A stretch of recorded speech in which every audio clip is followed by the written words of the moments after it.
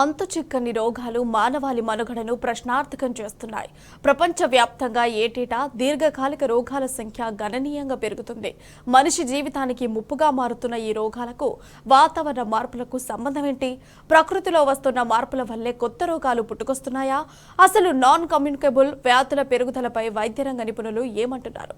Let's watch the story.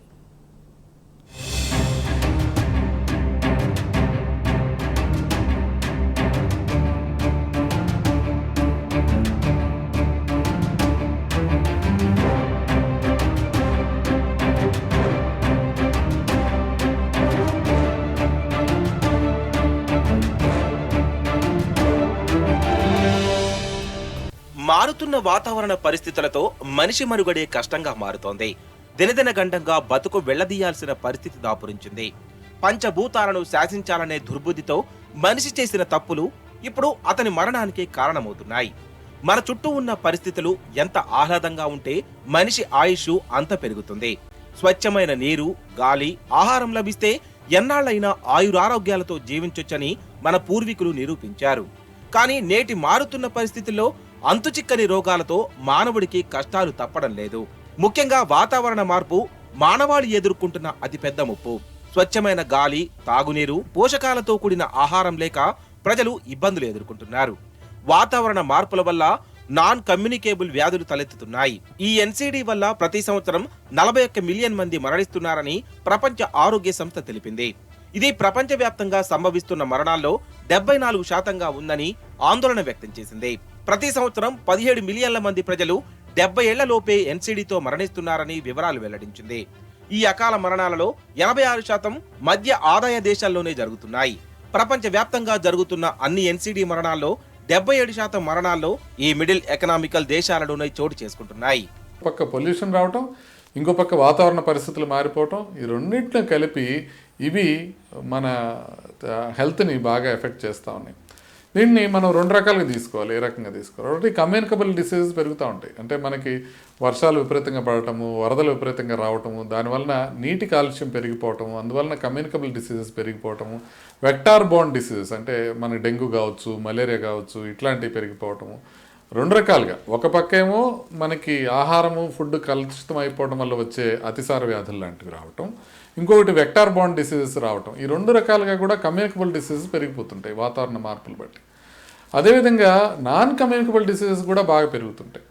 ఈ non communicable డిసీజెస్కి వచ్చినట్లయితే ముఖ్యంగా ఊపిరితిత్తులకు సంబంధించిన సమస్యలు విపరీతంగా పెరుగుతూ ఉంటాయి. ఎప్పుడైతే మన ఎయిర్ క్వాలిటీ దారుణంగా పడిపోతూ ఉంటుందో, దాంతోపాటుగా సిఓపిడి అని కానీ, ఆస్తమా అని కానీ ఇవి విపరీతంగా పెరిగిపోతుంటాయి. ఆ కాలుష్యానికి మనం కూడా యాడ్ చేయటం ఇదొకటి. రెండోది, చర్మంకు సంబంధించిన సమస్యలు కూడా విపరీతంగా పెరుగుతూ ఉంటాయి. ఈ నాన్ కమ్యూనికబుల్ డిసీజెస్లో స్కిన్ ప్రాబ్లమ్స్ కూడా బాగా ఎక్కువ అవుతూ ఉన్నాయి. సో ఈ మూడోది ఏమవుతుందంటే మానసిక సంబంధించిన సమస్యలు. టెంపరేచర్స్ ఎప్పుడైతే పెరుగుతాయో మానసిక సంబంధించిన సమస్యలు పెరుగుతాయని చెప్పడానికి ఖచ్చితమైన డేటా ఉంది. దీన్నన్నింటినీ ఒక ఎత్తు అనుకుంటే గుండెకి సంబంధించిన జబ్బులు కూడా పెరుగుతాయి అనేది అమెరికాలో చేసిన పరిశోధనల వల్ల తెలిసింది. అంటే వాళ్ళు ఎట్లా అంచనా వేశారంటే 1999 నుంచి 2004 వరకు టెంపరేచర్స్ పెరుగుతున్న క్రమంలో హీట్ రిలేటెడ్ కార్డియోవాస్కులర్ డిసీజెస్ ఏ విధంగా పెరుగుతున్నాయి అనేది అంచనా వేశారు. దీర్ఘకాలిక వ్యాధుల్లో ప్రధానంగా 4 రకాలు మరింత ఆందోళన కలిగిస్తున్నాయి. అందులో ప్రధానంగా కార్డియోవాస్కులర్ వ్యాధులు ఏటా 17.9 మిలియన్ల మంది మరణాలకు కారణమవుతోంది. ఆ తర్వాత క్యాన్సర్లతో 9.3 మిలియన్ల మంది, దీర్ఘకాలిక శ్వాసకోశ వ్యాధులతో 4.1 మిలియన్ల మంది, మధుమేహం వల్ల కలిగే కిడ్నీ వ్యాధి మరణాలతో 2 మిలియన్ల మంది మరణిస్తున్నారని నివేదికలు చెబుతున్నాయి. ఈ 4 గ్రూపుల వ్యాధులతో ఎన్సీడీ మరణాలలో 80% పైగా ఉన్నాయని ప్రపంచ ఆరోగ్య సంస్థ తెలిపింది. ప్రధానంగా ప్రపంచం 2 సంక్షోభాలను ఎదుర్కొంటుంది. మొదటిది వాతావరణ మార్పు ఒకటి కాగా, రెండోది దీర్ఘకాలిక వ్యాధులు. ఈ రెండు ఒకదానితో ఒకటి ముడిపడి ఉన్నాయి. ఆరోగ్యం అభివృద్ధితో పాటు జీవన ప్రమాణాలను తగ్గిస్తున్నాయి. వాతావరణ మార్పులు అనేక విధాలుగా ఆరోగ్యంపై తీవ్ర ప్రభావం చూపుతోంది. హీట్ వేవ్లు, తుఫాన్లు, వరదలు ఆరోగ్య వ్యవస్థలకు అంతరాయం కలిగిస్తున్నాయి. దీని ద్వారా అనారోగ్యంతో పాటు మరణాలు ఎక్కువగా చోటు చేసుకుంటున్నాయి. వెక్టర్ బర్న్ ద్వారా సంక్రమించే వ్యాధులతో పాటు మానసిక ఆరోగ్య సమస్యలు తలెత్తుతున్నాయి. ఇది నాన్ కమ్యూనికేబుల్ డిజీజెస్ అనే దాంతో కనీసము క్లైమేట్ చేంజ్ మూలాన ప్రపంచంలో ఎవరైతే చనిపోతున్నారో అందులో 74% ఈ డెత్ అనేది దీంతో అవుతున్నది, క్లైమేట్ చేంజ్ రిలేటెడ్ దాంతో. అండ్ ఇది హయ్యెస్ట్ కూడా మనకు ఈ లో ఇన్కమ్ అండ్ డెవలప్డ్ కంట్రీస్లో 77% డెత్లకి ఇది ఒక కారణం అవుతున్నది.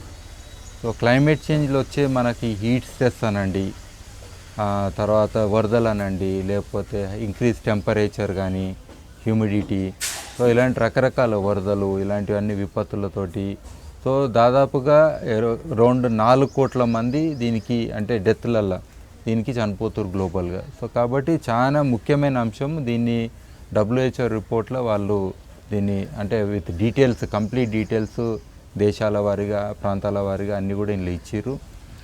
ఐ థింక్ ఇది గవర్నమెంట్ అంటే అదర్వైజ్ నాన్ కమ్యూనికేబుల్ డిసీజెస్లో జనరల్గా కూడా అవుతుంటుంది, బట్ క్లైమేట్ చేంజ్ అనేది డామినేటింగ్ ఫ్యాక్టర్ అయింది ఇప్పుడు.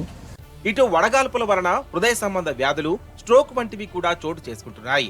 ఎయిర్ పొల్యూషన్ వల్ల గుండె జబ్బులు, asthma, chronic obstructive pulmonary disease, ఊపిరితిత్తుల క్యాన్సర్ వంటివి కూడా వస్తున్నాయని వైద్య నిపుణులు హెచ్చరిస్తున్నారు. ఇటు వైల్డ్ ఫైర్ వల్ల ఊపిరాడకపోవడం, కాలిన గాయాలు, హృదయ శ్వాసకోశ సమస్యలు, మానసిక ఆరోగ్యం, ఆరోగ్య సేవలకు అంతరాయం వంటి వల్ల కూడా మనిషి ఇబ్బందులు ఎదుర్కొంటున్నాడు.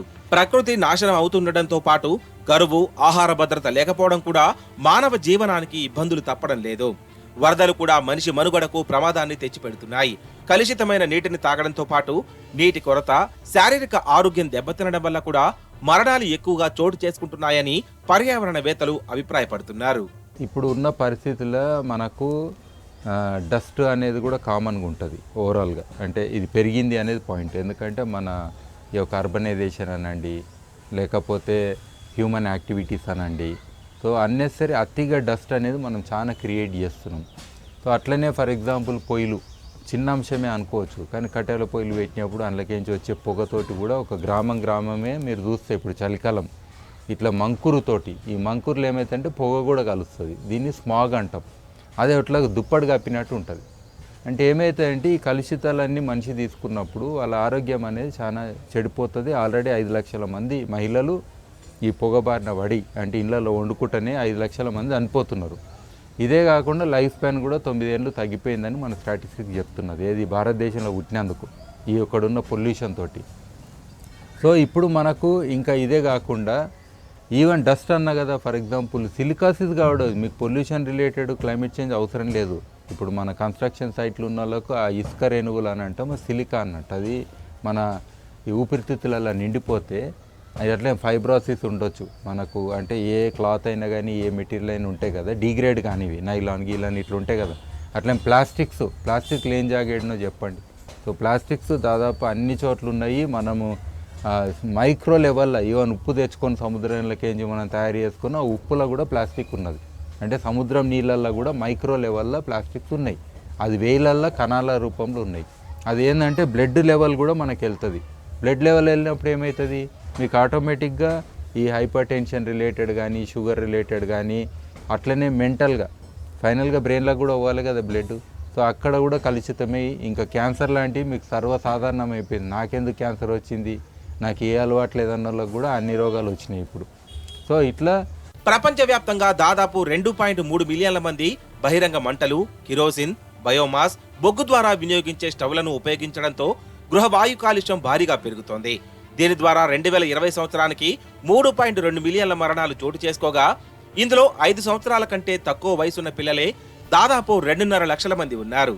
వాయు కాలుష్యం, గృహ కాలుష్యం యొక్క మిశ్రమ ప్రభావాల వల్ల సంవత్సరానికి 6.7 మిలియన్ల మంది అకారణంగా మరణిస్తున్నారని ప్రపంచ ఆరోగ్య సంస్థ తెలిపింది. గృహ కాలుష్యం వల్ల stroke, ischaemic heart disease, chronic obstructive pulmonary disease, cancer వంటి అసంక్రమిత వ్యాధులు వస్తున్నాయని పర్యావరణవేత్తలు ఆందోళన వ్యక్తం చేస్తున్నారు. వాయు కాలుష్యం వల్ల శ్వాసకోశ ఇన్ఫెక్షన్లు పెద్ద ఎత్తున వస్తున్నాయని వైద్యులు అభిప్రాయపడుతున్నారు. దీంతో పాటు మనిషి తినే ఆహారం కల్తీ కావడం కూడా అనేక రకాల క్యాన్సర్లకు దారితీస్తున్నాయి. ముఖ్యంగా తక్కువ, మధ్య ఆదాయ దేశాలలోని పెద్దవారిలో క్రానిక్ అబ్స్ట్రక్టివ్ పల్మనరీ డిసీజ్ ఎక్కువగా కనిపిస్తోంది. పెద్దవారిలో సుమారు 11% ఊపిరితిత్తుల క్యాన్సర్ మరణాలు సంభవిస్తున్నాయని వైద్యులు చెబుతున్నారు. 8 మంది మనుషులలో, విమెన్లో ఎస్పెషల్లీ ఒకళ్ళు క్యాన్సర్కి గురవుతున్నారు. ప్రతి 2 క్యాన్సర్కి ఎఫెక్ట్ అయిన వాళ్ళల్లో ఒకళ్ళు మరణాన్ని పొందుతున్నారు మన దగ్గర, మన స్టాటిస్టిక్స్ ప్రకారం. మెయిన్గా క్యాన్సర్ సర్విక్స్, క్యాన్సర్ బ్రెస్ట్, ఈ 2 చాలా ఎక్కువ మోతాదులో ఉన్నాయి. చాలా వరకు మన ఎన్వైరన్మెంట్, మన సాయిల్ బయోడైవర్సిటీ, ఇకోసిస్టము ఇవన్నీ కూడా ఇంటర్ రిలేటెడ్ ఉంటాయి. ఇవి ఏంటంటే చాలా సాయిల్ ఇరోజన్స్ వల్ల, మనం వాడే పెస్టిసైడ్స్ వల్ల ఈ కెమికల్స్, హెవీ మెటల్స్ అనేవి భూమిలో ఉండిపోయి భూమిలో ఉండే ఆక్వాటిక్ అంటే నీళ్ళల్లో ఉండే లైఫ్ వీటిని కంటామినేట్ చేస్తాయి. కేంద్ర వైద్య ఆరోగ్య శాఖ ఇచ్చిన నివేదిక ప్రకారం 2018-19లో 6,79,62,187 మందికి స్క్రీనింగ్ చేస్తే అందులో diabetic 6.1%, hyper tension 7.4%, cardiovascular diseases 0.26%, common cancer 0.21% నమోదైంది. 2022-23లో 5,14,65,654 మందికి స్క్రీనింగ్ చేస్తే diabetic 8.91%, hyper tension 10.23%, cardiovascular diseases 0.22%, common cancer 0.31% నమోదయ్యాయి. అంటే 5 ఏళ్లలో ఈ ఎన్సీడీ కింద నమోదవుతున్న కేసుల సంఖ్య పెరుగుతుండడంపై వైద్య ఆరోగ్య నిపుణులు ఆందోళన వ్యక్తం చేస్తున్నారు. ప్రజలు మెరుగైన జీవన విధానాలను అలవాటు చేసుకోవడంతో పాటు పచ్చదనం, పరిశుభ్రతను పాటించాలని సూచిస్తున్నారు. కలుషిత నీరు, కలుషిత ఆహారంపై అవగాహన కలిగించాలని, అడవులను కాపాడుకోవడంపై ప్రభుత్వం శ్రద్ధ తీసుకోవాలని పర్యావరణవేత్తలు కోరుతున్నారు.